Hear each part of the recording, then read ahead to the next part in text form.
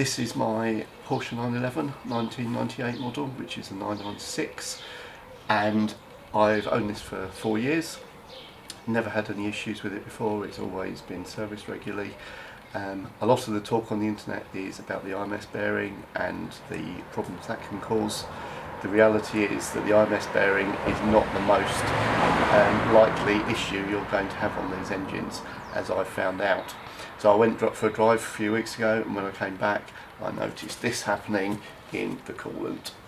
So the oil is mixing with the coolant, and the most likely cause of that is either a cracked head or something called de-chunking, where part of the cylinder lining comes away. So something major wrong with the engine. I can hear that there is a knocking sound of